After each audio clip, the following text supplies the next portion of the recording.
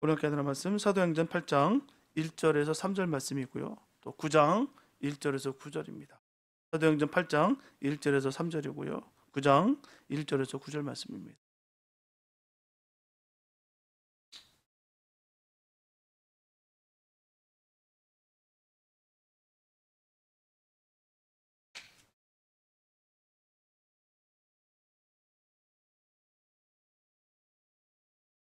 사도행전 8장 1절에서 3절이고요. 9장 1절에서 9절 말씀입니다. 주님의 귀한 말씀 봉독해 올립니다.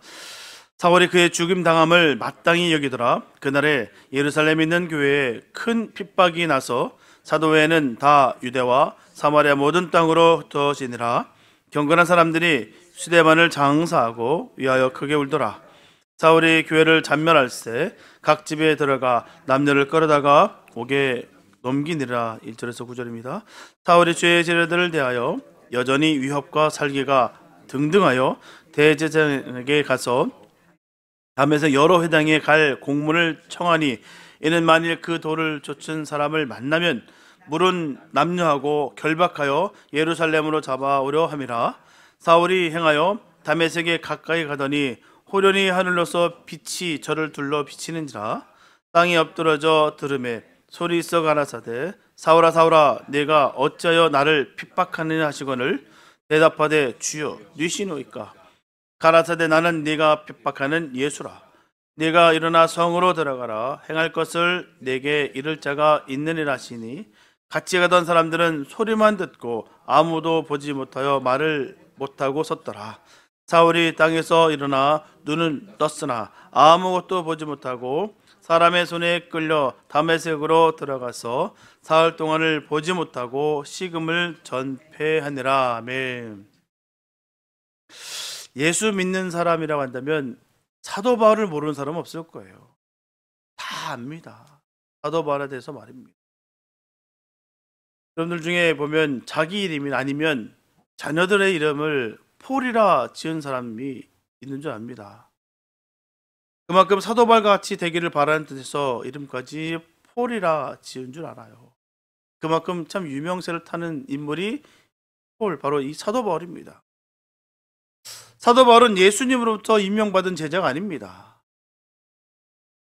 그는 예수님의 제자 못지않게 많은 일을 했으나 하나님 예수님의 그 사도는 아니었죠. 그러나 그는 이방의 사도로서 아시아와 유럽의 복음을 전했어요. 또 신약 성경 중에서도 13개의 서신을 기록했습니다. 그가 쓴 서신을 통해서 기독교 교리가 체계화됐어요. 사도 바울로 인해서 기독교는 세계적 종교가 되었고요. 사도 바울로 인해서 기독교 교리는 확립됐다라는 거예요. 기독교에서 또 성경 전체 인물 중에서 사도 바울을 빼고서는 논할 수가 없습니다. 그만큼 영향력을 갖고 있던 인물이 바로 사도 바울이에요. 사도 바울이 이런 큰 일을 할 수 있었던 것은요, 그에게 극적인 신앙의 회심이 있었기 때문이다라고 우리는 잘 알고 있습니다. 그가 어떤 인물이었던, 그가 어떤 삶을 살았던 그 인물 우리는 다 알고 있죠. 오늘은 사도 바울의 극적인 회심의 사건을 우리가 상고해 봄으로써 교훈을 받고자 또 은혜를 받고자 합니다. 사도 바울은 길리기아 다소에서 났어요. 그의 혈통은 이스라엘 베냐민 지파의 자손입니다. 또 그는 나면서부터 로마 시민으로 태어났어요. 그는 예루살렘에서 가말리엘의 그 문화생으로서 그 삶이 화려했습니다. 그는 법학가요, 문학가였어요. 그는 철저한 바리새인이었습니다. 사도 바울은 예수님 생전에 한 번도 예수님을 만났다라는 기억이 없습니다. 기회가 있을지라도 예수님 만날 사람이 아닙니다. 예수님과 함께할 만한 그런 인물이 아니에요. 그는 율법주의자였습니다. 율법을 어기는 것은 불법으로 여겼어요. 사도 바울은 예수는 별 수 없는 사람이요, 예수의 도를 따르는 것은 율법에 어긋나는 일로 그렇게 그는 생각했습니다. 그래서 그는 그때 대제사장 바로 가야바의 그 공문을 받아가지고서 다메섹에 있는 여러 회당에서 남녀를 물러나고 예수의 도를 전하는 자들을 다 잡아오려 길을 떠났습니다. 예루살렘에서 다메섹까지는 약 200마일입니다. 그때 당시 교통수단으로서는 적어도 일주일은 걸리는 길입니다. 상당히 먼 거리예요. 아마도 그래서 그는 나귀를 탔을 것입니다. 그리고 그의 곁에는 수행원들이 따랐을 거예요. 근데 다메섹에 거의 가까이 왔을 때였습니다. 갑자기 하늘로부터 해보다 더 밝은 빛이 둘러 비쳤어요. 사도 바울은 말에서 내려 땅에 엎드렸습니다. 그때 하늘에서 소리가 들려주죠. 사울아 사울아 네가 어찌하여 나를 핍박하느냐. 사울의 대답은 주여 니시오니까. 다시 음성을 들리기를 나는 네가 핍박하는 예수라. 사울은 땅에서 일어났습니다. 그는 앞을 볼 수가 없었어요. 그는 3일 동안 식음을 전폐하고 기도했습니다. 이것이 사도 바울이 당한 극적인 사건이었어요. 사도 바울은 유식한 사람입니다. 저명한 사람이에요.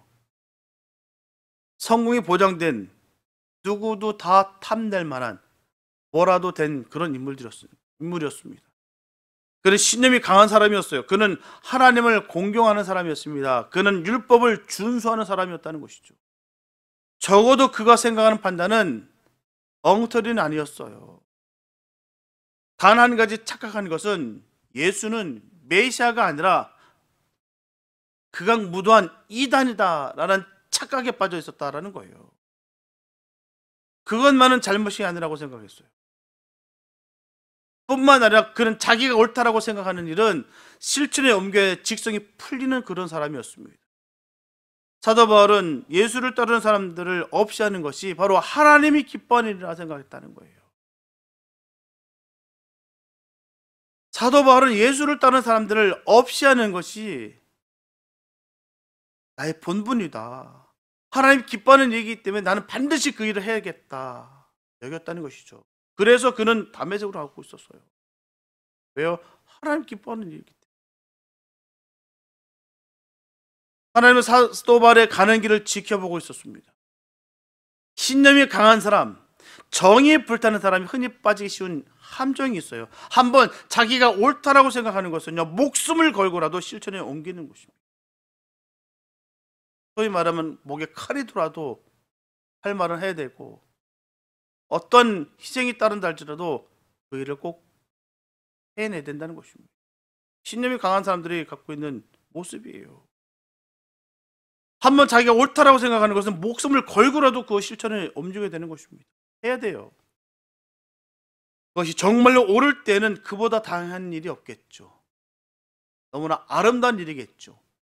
그러나 그 옳다고 생각하는 것이 잘못됐을 때에는 돌이킬 수 없는 큰 과오를 범하고 있는 것이다 라는 거예요.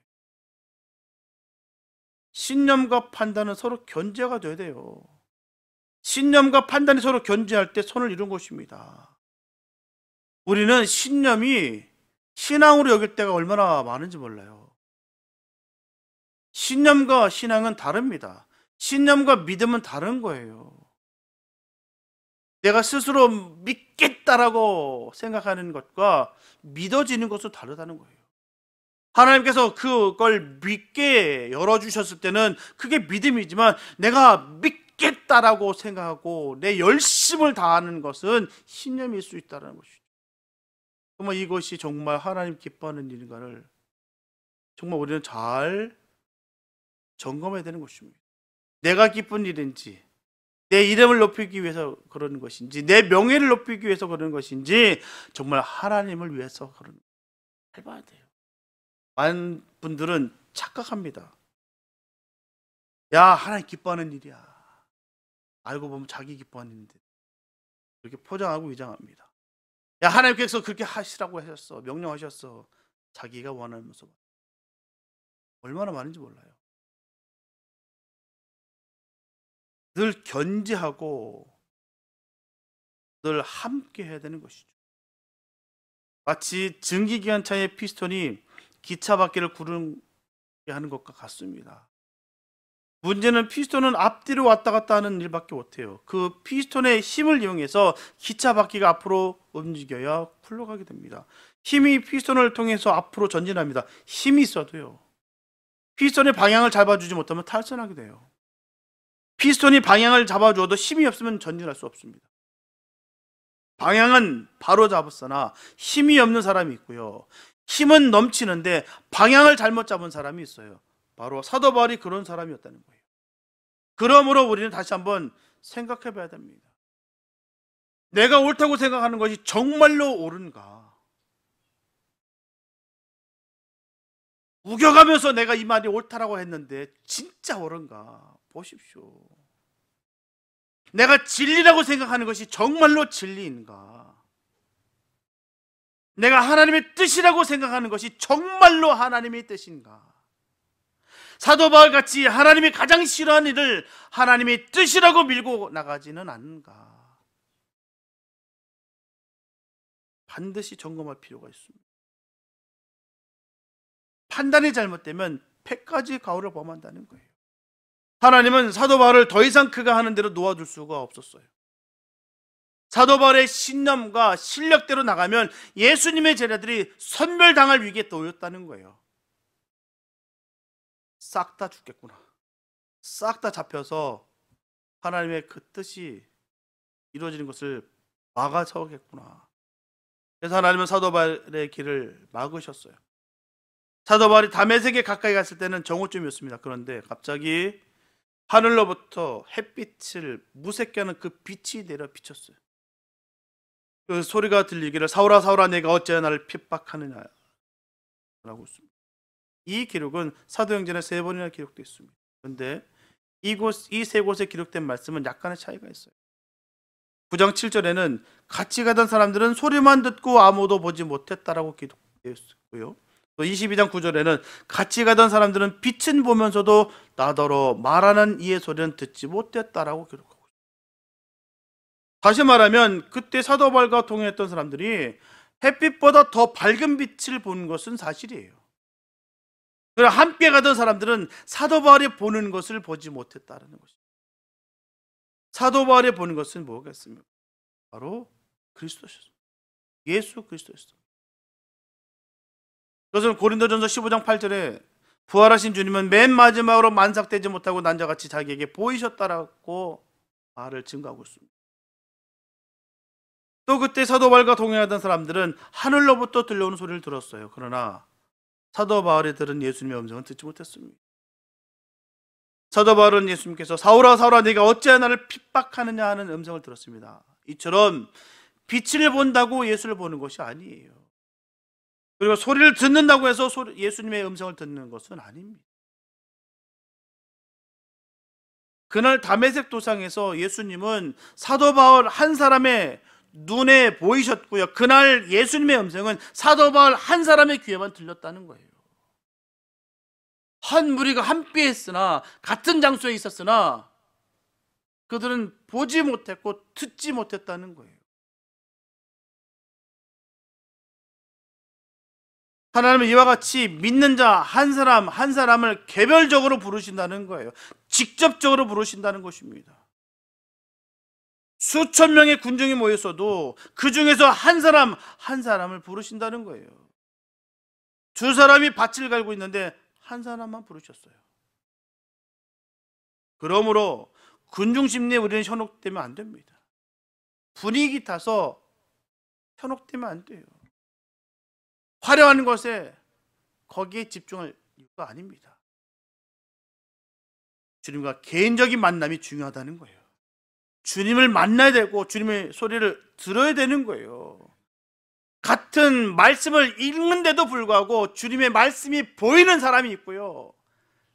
내 뜻이 보이는 사람이 있다는 거예요. 주님의 말씀을 함께 듣는데 어떤 분은 하나님의 음성이 들리는가 하면 어떤 사람은 세상 소리가 들린다는 것이죠. 우리는 그 주님을 볼 수 있는, 그 주님의 소리를 들을 수 있는 그런 삶을 살아야 될 줄 믿습니다. 그 삶을 갈망하고 주님 앞에 매달리는 거예요. 장소가 중요한 것도 아니고요. 환경이 중요한 것도 아니에요. 성경 그거를 전한 적이 없습니다. 근데 우리는 자꾸 화려한 거, 번듯한 거, 웅장한 것, 뭐 있어 보이는 것 이거에 너무 열광하고 거기에 초점 맞출 때가 얼마나 많은지 몰라요. 그거 중요치 않습니다. 오히려 그곳에 하나님의 소리를 못 들을 수 있고 주의 빛을 못 볼 수 있습니다. 오히려 주님께서는요, 명확하게 가르쳐 주시지 않으셨습니다. 광장에서 떠드는 기도가 아니라 골방에 들어가서 기도해라. 문을 틀어막고 그 기도를 들으신다 말씀하시고 계신 거 아니겠습니까? 골방이 화려하겠습니까? 웅장하겠습니까? 뭐 번듯해 보이겠습니까? 주님은 은밀하게 함께 그 사랑을 나누고 교제하기 원하신다는 거예요. 그 개인적인 만남을 주님께서는 귀하게 여기신다는 거예요. 아무리 보고 들었다고 크게 중요한 거 아니에요. 사람들 그걸 얼마나 자랑하는지 몰라요. 그 뭐라도 됐냐? 그렇게 떠들 때가 참 많습니다. 보고 들은 것 중요치 않아요. 우리 주님이 중요한 거죠. 우리 주님이 귀한 것이죠. 보고 듣게 하신 것은요, 그 일 하라고 하신 것이지 그 일을 보고 들었다고 대단하게 여기는 것이 아니에요. 그 일 하라고 하는 거예요. 아니, 심부름꾼한테 심부름 시킨 거하고 열광하는 거 우습지 않습니까? 그 일을 행하는 모습이 아름다운 것이죠. 그 주님의 명령을 따라 행하는 그 모습이 선한 것이죠. 우리는 자꾸 어리석을 때가 참 많아요. 하나님이 나를 부르시는 음성을 들어야 될 줄 믿습니다. 하나님이 나에게 보여주시는 예수를 봐야 될 줄 믿습니다. 다른 사람들이 보았다고 하는 것으로 만족할 수가 없어요. 다른 사람들이 들었다고 하는 것으로 결코 만족할 수가 없습니다. 내게 들려주시는 음성을 들어야 돼요. 내게 보여주시는 예수님을 봐야 될 줄 믿습니다. 이것이 회심의 전환점이에요. 무작정 걸어가다가 이것이구나 하고 깨닫고 돌아서는 터닝 포인트가 바로 회심의 전환점입니다. 회심의 전환점이 없이 살아간다는 것은 너무나 위험하기 짝이 없어요. 믿음 생활하면서 이 회심의 전환점이 얼마나 중요한데요. 무작정 가는 거 아닙니다. 무작정 신앙생활하는 거 아니에요. 될 대로 되겠지, 어찌 하다 보면 되겠지, 시간이 되면 되겠지, 그거 아닙니다. 너무너무 위험하기 짝이 없다는 거예요. 내가 주님을 한 번도 만난 적이 없는데, 회개형이 나를 때려서 나를 변화시키는 것도 없는데, 나는 구원받았다, 나는 예수를 안다, 지식으로 하는 것을 믿는다라고 착각하는 경우가 얼마나 많은지 몰라요. 그러면서도 자기는 믿음의 사람이다 얘기하고 자기 믿는다고 얘기하는 사람들이 얼마나 우리 주변에 많은지 모릅니다. 위험하기 짝이 없다는 거예요. 그러니 주님께서 주여 주여 하는 자마다 다 천국에 갈 수 없다라고 하셨던 그 말씀이 왜 우리에게 위협적으로 들리겠습니까? 주여 주여 하는 자들이 얼마나 많은데, 지식으로 하는 사람들이 얼마나 많은데요. 남들이 그렇게 했다는 것, 봤다는 것, 들었다는 것, 얼마나 많은 지식들을 갖고 있는데요. 위험한 신앙생활이 아닐 수가 없다는 것이죠. 강물이 끝내는 바다로 들어가는 것처럼 회심의 전환점이 없이 사는 인생은 믿없는 무정행으로 들어가고 맙니다. 끝도 없는 그 무정행으로 들어간다는 것이죠. 가장 비참한 거 아니겠습니까? 나는 예수를 믿는다고 생각했는데 주님은 날 모른다 여길 때 그 소리를 듣는, 아유, 생각마다 끔찍합니다. 근데 성경은 우리에게 전하고 있어요. 그럴 수 있음을. 내 인생에 회심의 전환점이 있는가 없는가, 있었다면 언제 어디였나, 그때 무엇을 보았나, 무슨 소리를 들었는가 확인해 봐야 될 줄 있습니다. 회심의 전환점은 사람마다 달라요. 그것은 하나님의 역사여 신비의 체험입니다. 사도 바울같이 회심의 때와 장소가 분명한 사람이 있는 반면에 사람의 기억으로 그날 그때를 잘 기억할 수 없는 경우도 더 많습니다. 다만 분명히 해야 될 것은요, 내가 예수 믿기 전과 믿은 후에 인생을 사는 삶의 방향이 바뀌었는가 바뀌지 않았는가 하는 것이 문제라는 거예요. 거기서 판가름이 납니다. 예수 만났다면 변하는 것이 정상이에요. 틀림없습니다. 이런저런 핑계댈 이유가 없어요. 내가 예수를 만나면 변합니다. 예수를 증거하게 되고요. 예수님이 너무 좋고요. 예수님을 자랑할 수밖에 없다는 거예요. 왜? 내 시커먼 죄를 받기 때문에. 그 시커먼 죄를 받는데도 불구하고 나를 사랑하시는 그 주님을 내가 발견했기 때문에. 그래서 울며 불며 주님 앞에 매달려고 주님 그 사랑 가운데 거할 수가 있다는 것이죠. 그러니 예수를 만나기 전과 다르다는 거예요. 달라야 되는 건 많습니다. 내가 육신의 위주로 사나 영혼 위주로 사나, 내가 나를 더 사랑하는가, 하나님을 더 사랑하는가, 내가 세상의 소망을 두고 사는가, 천국의 소망을 두고 사는가, 잘 보십시오. 다른 사람 볼 필요 없습니다. 자기 자신만 보면 돼요. 거울에 비치는 내 모습만 보면 됩니다. 정말 믿음의 사람들은요, 다른 사람 안 보여요. 다른 사람 지적 안 합니다. 내 믿음 지키기도 바빠 죽겠네. 내 믿음 지금 건수하기도 힘든데 다른 쪽에서 본다고요? 그럴 수 없습니다. 정말 믿음의 사람은 그렇다는 것이죠. 주님만 바라볼 수밖에 없고요. 주님만 의지할 수밖에 없습니다. 그게 정상적인 모습입니다. 아직도 세상과 육신의 소망을 두고 사는 사람이 있다면 인생의 방향을 바꿔야 될 줄 믿습니다. 하나님을 더 사랑하고 영혼을 귀중히 여기고 천국의 소망을 둬야 될 줄 믿습니다. 한 번 회심의 전환점에서 돌아선 사람은 계속 전진해야 되는 거예요. 멈췄으면 떠나간다라고 여기시기 바랍니다. 계속해서 노를 저어야 우리가 전진해서 배가 나아갈 수 있는 것 같이, 노를 젓지 않으면 그대로 둥둥둥둥 떠내려가게 돼 있다는 사실입니다. 우리 신앙 마찬가지예요. 내가 많은 것 경험했다고, 내가 지금 하루 이틀 믿은 것도 아닌, 내가 지금 몇십 년, 수십 년을 내가 지금 예수 믿는 사람인데 무슨 나한테 이런 말을 해. 그런 말 하는 사람, 그런 소리 하는 사람, 저는 100% 개런티합니다. 믿음이 됐다. 다시 주님 앞에 바로 서야 된다.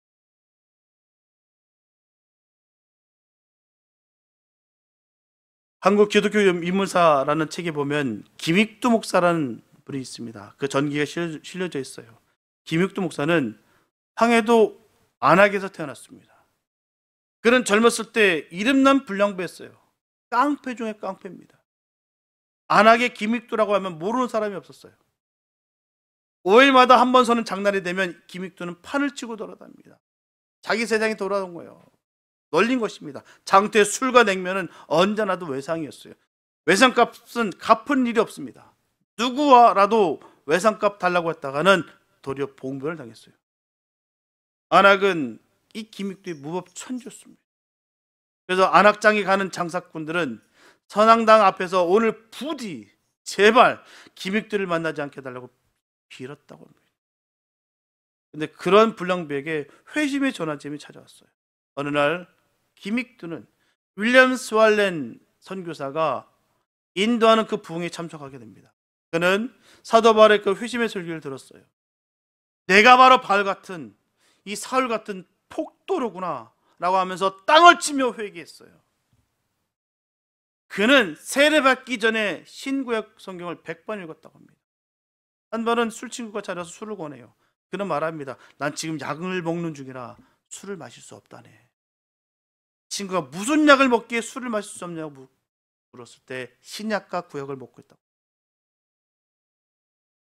김익두는 1906년 평양신학교에 입학해서 제3회 졸업생이 됩니다. 1920년에는 총회장을 역임했고요. 그리고 한국교회는 1907년에 대회계 운동이 일어납니다.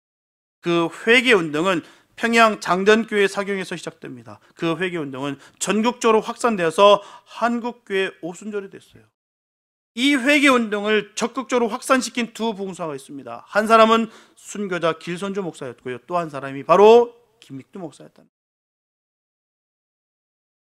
김익두 목사는 많은 이적과 기사가 일어납니다. 안진뱅이 곱사 소경이 고쳐졌고요. 그는 150개 예배당을 건축하고 776번의 부흥회를 인도합니다. 1950년 6.25 동란이 일어났을 때 10월 14일 신천교에서 새벽기도를 인도하는 중에 인민군이 쏜 총에 맞아 순교했어요.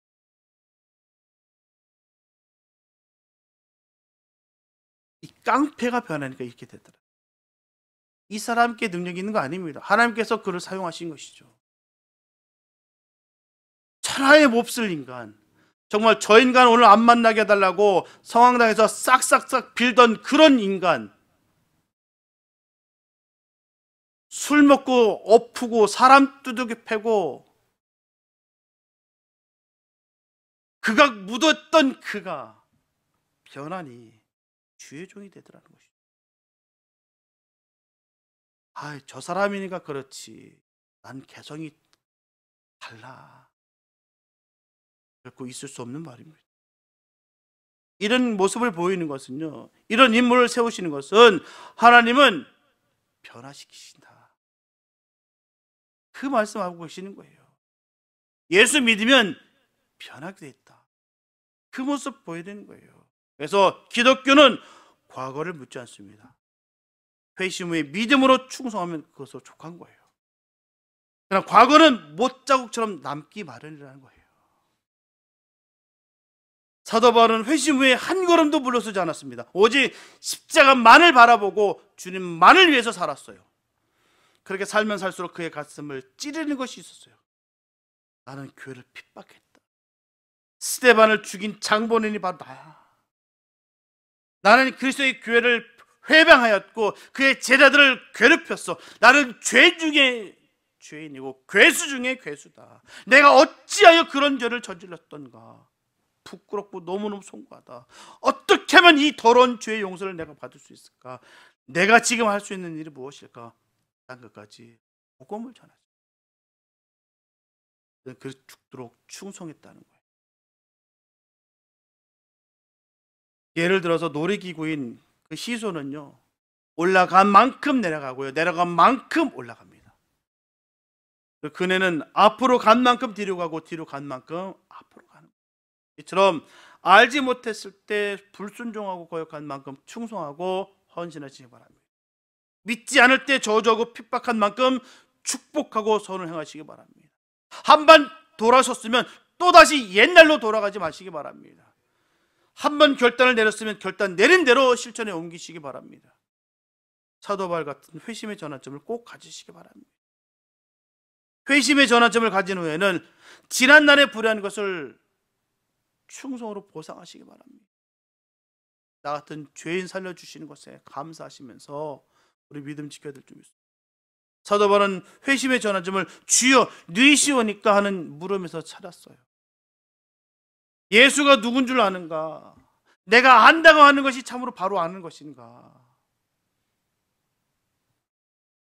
사도 바울 같이 잘못 알고 있으면서도 불구하고 바로 안다라고 하는 사람은 있지 않은지 자신을 돌이켜보시기 바랍니다. 내가 예수를 안다고는 하는데 전혀 아는 바가 없는 거예요. 나는 예수를 아는데 예수가 나를 모를 때 얼마나 무섭습니까? 지식으로 알고 있는데도 불구하고 내가 믿고 있다라고 착각하고 있는 경우가 얼마나 많은지 모르다. 모든 사람이 봤다고 하는 그 빛 말고 나에게만 보여주시는 빛을 봐야 되는 것이죠. 모든 사람이 들었다고 하는 그 소리 말고 내게만 들려주시는 그 예수님의 음성을 들어야 될 줄 믿습니다. 빛을 봤는가? 음성을 들었는가? 음성 듣고 돌아섰는가? 돌아서 바른 길을 가고 있는가? 사도 바울 한 사람이 돌아섬으로 인해서 기독교의 진로가 바뀌었어요. 사도 바울 한 사람이 회심으로 말미암아 유대 민족의 역사가 바뀌었습니다. 한 사람이 중요하다는 거예요. 하나님 한 사람 위에 빛을 비춰주시고 한 사람을 위해서 음성으로 말씀하십니다. 나를 향하신 빛을 보고 음성을 듣고 돌아서 바른 길을 가시길 예수 이름으로 축복합니다. 그 한 사람이 내가 되기를 갈망하시기, 찾고 찾으신 그 예배자가 내가 되기를 바랍니다. 들러리 인생, 남들 따라다니는 인생이 아니라 정말 주도적으로 주님과 함께 그 길을 걸어갈 수 있는 믿음의 종들 되시기 바랍니다. 믿음의 용장들 되시기 바랍니다. 어떤 시련과 핍박과 고난이 온다 할지라도 주님께서 원하시는 그 믿음의 길을 걷기를 바랍니다. 사랑하는 여러분들 무엇을 마땅한 일로 여기며 살고 계십니까? 세상에 사니까 세상에서 잘 사는 일에 더 열심을 내는 것이 마땅한 일이다라고 생각하면서 사시지는 않으신가요? 남들도 그렇게 사는데, 남들도 그러니까 유난히 떨 건 없잖아. 그냥 좋은 게 좋은 거고 흘러가는 대로 가. 왜 유독 그렇게 할 필요가 뭐가 있어? 저건 다 광신자들만 하는 것이지, 저건 주의 종들만 하는 것이지, 평신도인 나한테 왜 그런 일을 구하고 강요해? 내가 그렇게 갈 이유가 뭐가 있겠어? 그렇게 살고 계시지. 우리가 가는 이 길은 진리의 길이요 생명의 길입니다. 예수 그리스도를 구주로 믿는 믿음의 길이에요. 세상은 이 길을 거부하고 방해하고 핍박합니다. 이 길을 갈 자격이 없는 사람들이기 때문에 자기들도 안 가고 남도 못 가게 하는 거예요. 우리가 이 길을 가고 있음에 자부심을 가져들 좀 있습니다. 기쁨으로 이 길을 가시기 바랍니다. 우리가 하는 이 진리, 우리가 받은 이 복음을 더 소중하게 여기시고 영원한 천국을 향해서 가는 일에 최선을 다하는 것이 마땅한 일이라는 것을 결코 잊지 마시기 바랍니다. 교회를 위해서, 하나님의 영광을 위해서 먼저 나 자신을 드리는 것이 마땅한 일이라는 것을 꼭 명심하시기 바랍니다. 주님은 오늘도 우리를 찾아오십니다. 우리가 아무리 반역을 하고 주님 뜻대로 살지 않더라도 여전히 우리를 찾아오시며 우리에게 기회를 주고 계신다는 거예요. 우리가 영원한 가치를 가진 일을 하며 살도록, 그렇게 복되게 살도록 끊임없이 기회를 주고 계신다는 것입니다. 때로는 고통을 통해 우리에게 말씀하실 때도 있습니다. 중요한 것은 주님은 매 순간 우리의 삶에 찾아오십니다. 지금도 기회를 주고 계신다는 사실입니다. 아무쪼록 주님과 함께 부활하셔서 항상 우리 가운데 계신 예수님을 만나시기 바랍니다. 매일 매일 매일. 그래서 변화됨으로 나도 살고 남도 살리고 이 세상도 변화시키는 승리의 역사가 나타나게 되시기를 예수님의 이름으로 축원합니다. 기도합니다. 사랑해 주님 감사합니다. 아버지, 주님의 그 빛을 봤습니다. 주님의 음성을 들었습니다. 도저히 내 자신도 용서함을 받을 수 없는 그런 존재인데도 불구하고 나를 사랑하신다, 우리를 사랑하신다, 그 음성을 우리가 들었습니다. 하나님, 그 은혜가 우리에게 있사오니 우리가 어찌 탈선할 수 있으며 세상에서 어찌 유입될 수가 있겠습니까? 하나님, 믿음의 이 길을 걸어갈 수 있는 우리 모두가 되게 하여 주시오. 하나님, 우리가 주님 편으로 돌아섰으니 하나님 한순간도 주님만을 바라보면서 달려갈 수 있는 우리 모두가 되게 하여 주시옵소서. 회심했던 것, 주님을 만날 수 있었던 것이 다 주님의 은혜인 줄 믿습니다. 나도 주님을 구주로 믿고 주님은 우리를 자녀로 여겨주시는 그 복이 임하길 원합니다. 주님, 늘 주와 함께 동행하며 기쁨을 마음껏 누리고 주 안에서 평강과 은혜를 누려 살 수 있도록 역사하여 주시옵소서. 감사가 입술의 고백서 끊어지지 않게 도와주시고 나 같은 죄인 살려주신 것에 늘 감사하며 믿음으로 주님 앞에 나아갈 수 있는 복 있는 삶 되게 하여 주시옵소서. 주께서 지켜주실 것을 믿사옵고 우리를 원하신 예수님의 이름이 됐습니다.